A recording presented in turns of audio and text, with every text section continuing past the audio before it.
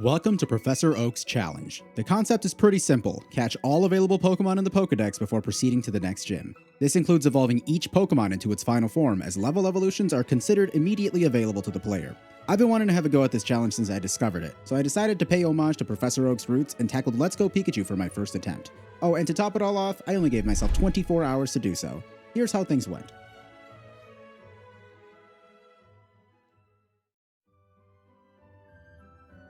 Before we can really get started, I need to lay out a bit of a plan.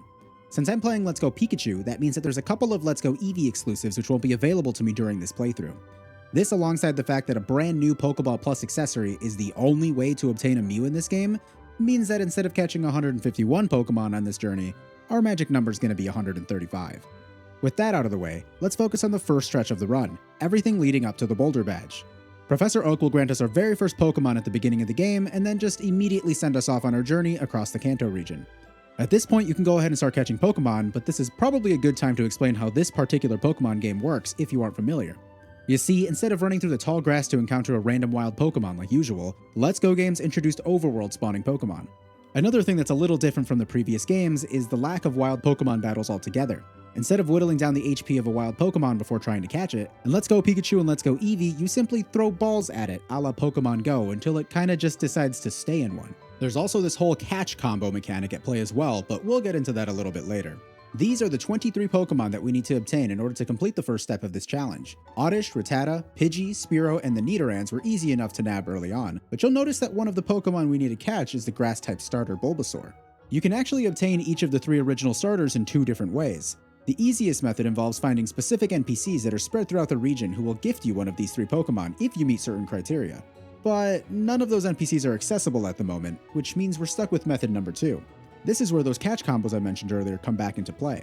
You might have noticed that the game tracks how many Pokemon of the same species you catch in a row. This combo affects a couple of different things in the game, including the occurrence of rare Pokemon spawns. Rare spawns allow Pokemon who don't normally appear in the wild, such as Bulbasaur, to spawn.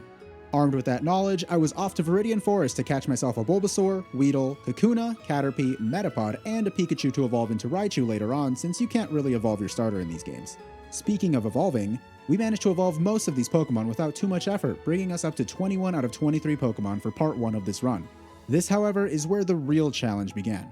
With our only way of leveling up being through catching wild Pokemon, I was beginning to run into a couple of problems. First, I was starting to run out of Pokeballs. Luckily, when you catch combo Pokemon, you end up earning some candies that you can sell back to the Pokemart for some money, so that kind of covered that problem. The second problem was that all of these Pokemon that I was catching were under level 8, and I needed to reach level 36. This was going to take a long time.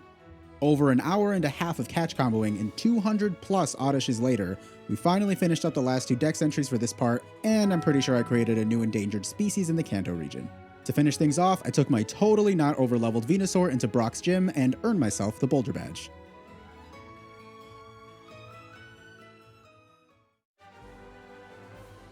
As soon as we leave Brock's gym, Blue turns up to show us his Great Balls, and we head east in search of new Pokemon. Here are the 28 Pokemon we need to obtain before taking on Misty. On our way to Mount Moon, I caught myself a Mankey, a Sandshrew, and used the catch combo method to spawn in a Charmander. I also made sure to grab the Magikarp from the man in the Pokemon Center on Route 3. From this point onwards, you'll probably notice that there's a second player who's also throwing Pokeballs at the Pokemon a lot of the time. Let's Go Pikachu actually has a co-op function that allows a second Joy-Con to assist in battles and in catching Pokemon. I definitely started taking advantage of this feature around this point, since it made catching Pokemon a little bit more consistent. As I made my way through Mount Moon, I nabbed Geodude, Zubat, Paris, Clefairy, Clefable, Chansey, and Onix, and I also evolved Charmander into Charmeleon. I made sure to pick up a couple of Moonstones along the way, and used them to evolve Nidorino and Nidorina. I then stole this rock from this nerd, and we also had our first run-in with Team Rocket. Upon exiting Mount Moon, we finally made it to Cerulean City, only to get challenged to a battle by my severely underpowered rival. I then made my way to the Cerulean City Pokemon Center in order to make our very first regional Pokemon trade. I am simultaneously completing a living dex alongside the Professor Oak challenge. This means that I've been catching duplicates of a lot of these Pokemon and will be trading for each of the regional forms when available. Heading north of the Nugget Bridge allows me to catch Venonat, the rare spawn Squirtle, and Psyduck. With only evolutions left in this stretch of the run, I returned to the good old catch combo method of earning XP and chose to make Psyduck my victim this time around.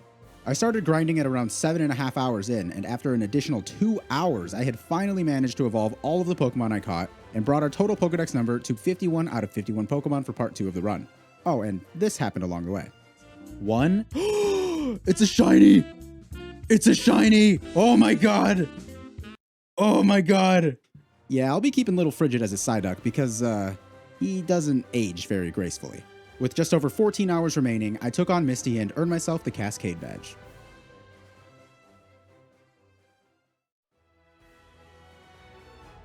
After beating Misty, I made my way over to Bill's place to witness whatever was going on in there and got rewarded with the SSN ticket for my troubles.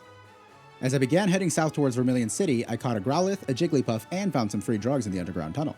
Upon arriving in Vermilion, I made a trade with this guy to receive a Persian, this guy to receive an Alolan Geodude, and talked to this guy to get some new drip from the Pokemon fan club. Before boarding the SSN, I also made a stop at the Diglett Tunnel to catch, well, a Diglett and a Dugtrio. I then went just a bit further east to Route 11 to catch a Drowsy and a Mr. Mime. At this point, I was ready to take on the SSN and put my rival in his place once again. Pikachu learned Cut from the captain somehow, and I managed to escape the ship before it departed towards certain doom. This is the point at which something pretty significant dawned on me. In most Pokemon games, there's some means of preventing players from making too much progress too quickly, oftentimes through some sort of artificial roadblocks such as HMs. Although this certainly exists to some extent in the Kanto games, the major limiting factor is Cut, and now that I know Cut, I pretty much have access to the rest of the game. That also means that there's a lot of Pokemon that I need to catch in this step. These are the 69 Pokemon that I need to catch before I can challenge Lieutenant Surge. Yeah, this is gonna take a while. I decided to start by heading towards Lavender Town and caught an Abra, Cubone, Kangaskhan, Rhyhorn, and Machop on the way. Upon arriving in Lavender Town, I had another run-in with my rival in the Pokemon Tower and traded for an Alolan Diglett with this lady in the Pokemon Center. Before we can actually catch any Pokemon in here, we need to grab the Sylph Scope from Celadon City, so I decided to pick up a bunch of stones and an Alolan Sandshrew while I was there. I also managed to find a wild Arcanine while running back and forth on Route 8. After getting a gnarly headache in the Team Rocket hideout, I defeated Giovanni, obtained the Sylph Scope, and was now able to go back to the Pokemon Tower to catch Ghastly, Haunter, and reunite Cubone with its mother. The more perceptive of you may have already noticed that I'm wearing completely different clothes in some of these clips, and that's because you got clickbaited. I did not do this whole thing in one 24-hour sitting, but hey, makes for a good title, right? In reality, this was spread out over 5 or 6 streams, which is also likely the reason why I spent way too long on some sections due to bad routing and general forgetfulness. I didn't look up the most optimal path through the game or anything, so I was kinda just going off of memory for the most part. Having said that, I spent a bit of time fumbling around and managed to catch Kadabra, Krabby, and Porygon before realizing that I needed to talk to Mr. Fuji in order to make progress. With the Pokeflute in hand, I was able to catch Snorlax and make my way down Pokemon Road, catching Doduo, Dodrio, Rapidash, and a bunch of Eevees before entering Fuchsia City, where I traded for an Alolan Marowak. I made a quick pit stop to the Safari Warden's house so Pikachu could learn how to push harder and went east to Route 15 in order to catch Tauros and Scyther, as well as evolve Krabby into Kingler. Actually, I've been evolving Pokemon this entire time, but I'm just going to show them all now since there's a whole lot of them and it would take forever to go through each one. You just need to know that we are currently at 89 out of 127 Pokemon for this stretch of the run. Before leaving Fuchsia City, I had Pikachu learn how to surf so I could start catching the many water types that are now available to me. And now that Pikachu had learned every secret technique, I did some backtracking to catch a Goldeen, Poliwag, and Poliwhirl, and ventured into new waters to find Tentacool, Tentacruel, and Horsea. I also caught a Farfetch'd and grabbed the Old Amber from Pewter City while I was doing the rounds. I then decided to go towards the power plant east of Cerulean to catch a Dratini, since I knew that Dragonite was probably going to take the longest to evolve. I then went inside the power plant to catch Magnemite, Magneton, Voltorb, Electrode, Electabuzz, Grimer, and Zapdos. I then made a bit more story progress at the Sylph Tower in Saffron City, where I gave Blue a quick reality check before climbing up towards Giovanni and being given the Master Ball after defeating him. Before leaving the tower, I made sure to talk to this guy in order to receive a Lapras, and went over to the fighting dojo to grab myself a Hitmonchan. And the last thing I had to do in Saffron City was trade with this lady in the Pokemon Center for an Alolan Raichu. I then flew back to Pallet Town and headed south in order to catch Tangela and Staryu on my way to Cinnabar Island. When I arrived, I hit up the Pokemon Mansion to catch a Magmar and a Ditto, and then traded for an Alolan Grimer in the Pokemon Center. I also visited the Fossil Lab in order to revive Omanite and Aerodactyl from their fossils. And then, after more than 10.5 hours into part 3 of this run, I had finally entered the final area, the Seafoam Islands.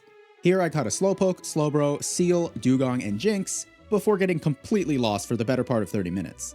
I eventually found Articuno, but the amount of remaining time was starting to worry me. I finished up the Seafoam Islands by catching a Shelder, and started the arduous process of evolving all of the Pokemon I had caught thus far. Also, my timer turned red for some reason. After 3 hours of grinding levels and using my entire supply of rare candies, I had brought the total number of Pokemon in the Dex to 127, and was finally ready to take on Lieutenant Surge and earn myself the Thunder Badge.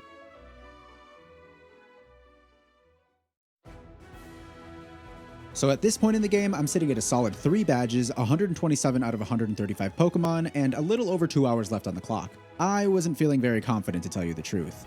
Anyhow, I kept pushing forward and started speedrunning the rest of the badges needed to take on the Pokemon League. Erica, Koga, and Sabrina went down pretty quickly, but before taking on Blaine, I had one more stop to make. Upon earning the Marsh badge from Sabrina, you gain access to this patch of grass on Route 23, which allows you to catch Execute. I used a Grass Stone to evolve it into Executor, and then went back to Cinnabar Island to earn myself the Volcano badge.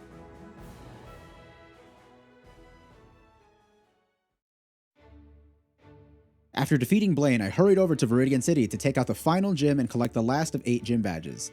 I had yet another battle with my rival and made my way towards Victory Road, which is home to the last 2 Pokemon I need before taking on the Elite Four. I found and caught the final of the 3 legendary birds, Moltres, and after a stressful 30 minutes of searching, I finally caught a Hitmonlee and entered the Indigo Plateau to trade for an Alolan Executor, bringing our total Pokedex number to 131, plus all of the Alolan forms available in the game. With a team of the highest level Pokemon I had and a little under an hour left on the clock, I challenged the Elite Four. I tried to be as efficient as possible while running through these last few battles, but even then I barely managed to give myself about 25 minutes to pull off the rest of the run once I entered the Hall of Fame.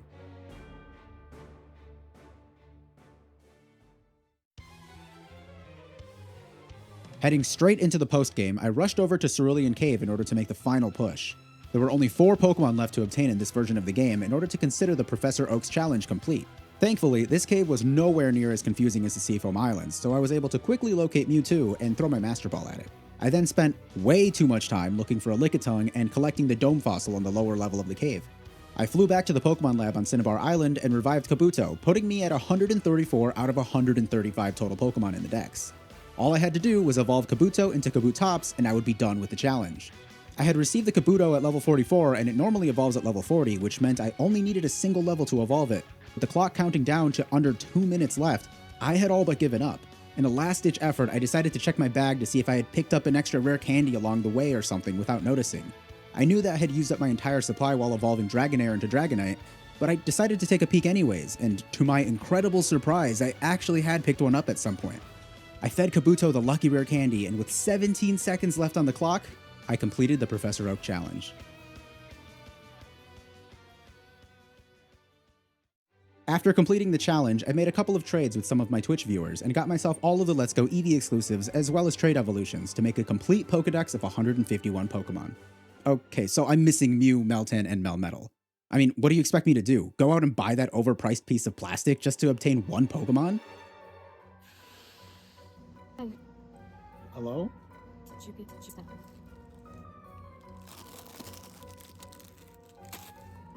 Thank you.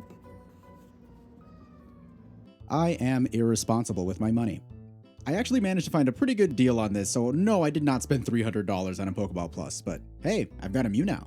I also went ahead and transferred Meltan and Melmetal over from Pokemon Go to have an actual complete living Pokedex of 153 Pokemon plus all of the regional forms. I recorded this entire playthrough of 24 hours over a couple of different days on my Twitch stream at twitch.tv/SuperSaturnn. Please leave a like and share this with your friends if you enjoyed the video because it'll tell me that you want to see more of this. If you have any ideas for something else you want to see somewhat like this with Pokemon or another game, just go ahead and let me know in the comments. I am definitely looking for more ideas. Thank you for watching and hopefully I'll see you around.